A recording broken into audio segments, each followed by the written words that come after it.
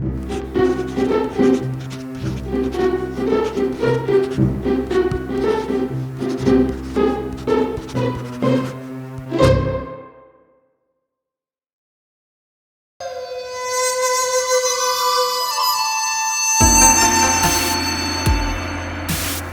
guys, how's it going? I'm Enrique and this is Enzyme Art TV. Today, we're gonna go over how to draw a samurai. Samurais were not your typical soldiers. They were feudal Japan's warrior aristocracy. They followed a strict code that we know as Bushido, way of the warrior. Bushido meant different things according to different literary sources over time, but the most important thing was that you have a good death. These upper-class swordsmen are easily recognizable in the media from their unique armor. So much of the armor's artistic appeal comes from its complexity.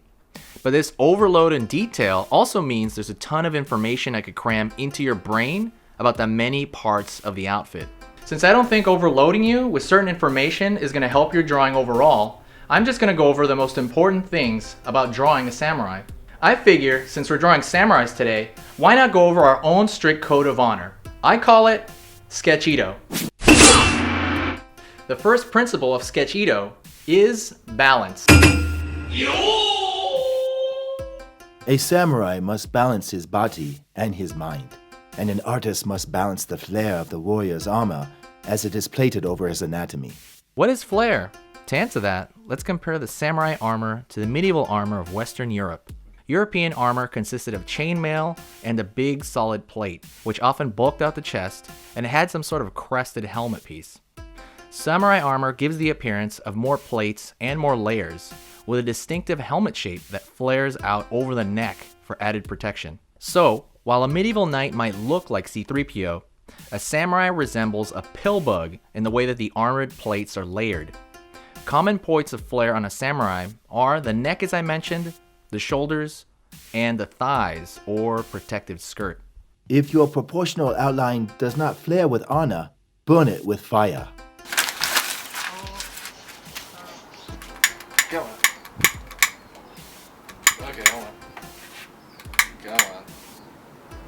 One moment. This will take time. The second principle of Sketchido is protection. The way in which we symbolize protection in our art is by drawing a protective samurai helmet. Samurai helmets have an overall bell shape. They come in different styles but commonly share 5 principal parts. So let's go over some Japanese helmet terms that you'll forget as soon as you hear them. First, there's the hachi, which is the dome part that covers the scalp. The mabizashi is the brim at the top of the helmet. These wing-like projections that protect the face are fukigeshi, and the neck guard is called shikoro. Finally, facial armor is called mempo. Even if you don't remember the names of these parts, knowing their function will help you remember the basic shape needed to serve their purpose. Like much of the other armor, the samurai helmet is secured by a cord, and the crests on the helmet can be carved to represent family, animals, mythical entities, or other symbols. Horns are also very common. The mask that goes over the face can vary. Some cover the whole face, some cover from nose down, some cover only below the nose to the chin, and others cover the forehead to the cheeks. Continuing with our Sketchido principle of protection, let's talk more about body armor. The suit was designed with a mixture of iron, brass, and leather, like the helmet. There's the Do chest plate, Kazazuri, which hangs like a leotard to protect the midsection, the large rectangular shoulder plate or sode, the armored sleeves or kote, the thigh guarding haidate, the shin guarding sunite, the sashimone, which are banners for identification during battle, hakama pants underneath the armor, short leather kagutsu shoes, and sandals. Feel free to memorize the names of all of these and use them in conversation with your friends to make them think you're well educated in Japanese history. Equally as important as armor, a samurai's 2 swords were always worn together, one long sword and one short. The katana and wakizashi swords were seen as part of the samurai's soul, much the way the pencil and paper are part of an artist's soul under the teachings of Sketchido. Sometimes samurai carried bows as well. huge bows that were from 7 to 10 feet long. Imagine the good shape these guys had to be in to be able to use a weapon like that. Once you feel confident about the basic tools and accessories for samurai, think about what kind of weapons and armor he might have. If your drawing's planned outfit is not honorable, cast it through the wave of seas.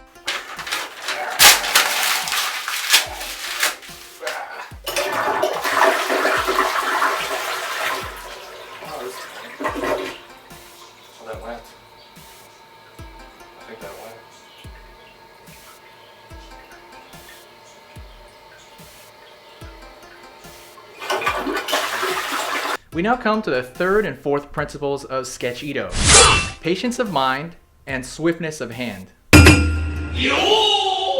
I need swiftness of hand to complete a drawing, but I need patience to start and plan one. To first start drawing my samurai, I'm going to think of the overarching gesture of the pose. The guy is going to be poised and ready for battle. Once I've planned the pose, I can start blocking out the simple shapes. Luckily, the armor breaks the samurai into a lot of simple shapes already, so this shouldn't be too hard. One thing to be careful of is making his head too big. Remember, the human body is underneath all this armor supporting the outfit. I'm keeping the armor somewhat generic as I start to add in the details like the crevices and the brim of the hat. Once those are done, you can move on to the second layer of detail, which consists of things like small bumps on the helmet. After the whole general layout is where I want it, I can choose to embellish or exaggerate the final layer of design, which will make my samurai unique. You can draw inspiration from basically anything with this. If your finished drawing fills you with dishonor, feed it to the dragon. Damn.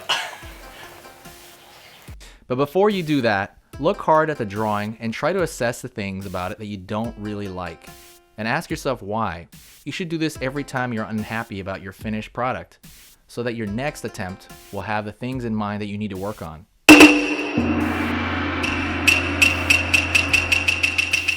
Samurais had to practice their sword strokes hundreds of times to achieve the advanced skill level, and we artists have to practice our own strokes to become more consistent and steady. So, with samurai still appearing in movies and video games, it shouldn't be too hard to find inspiration. So keep fighting, stay honorable, and most importantly, stay creative.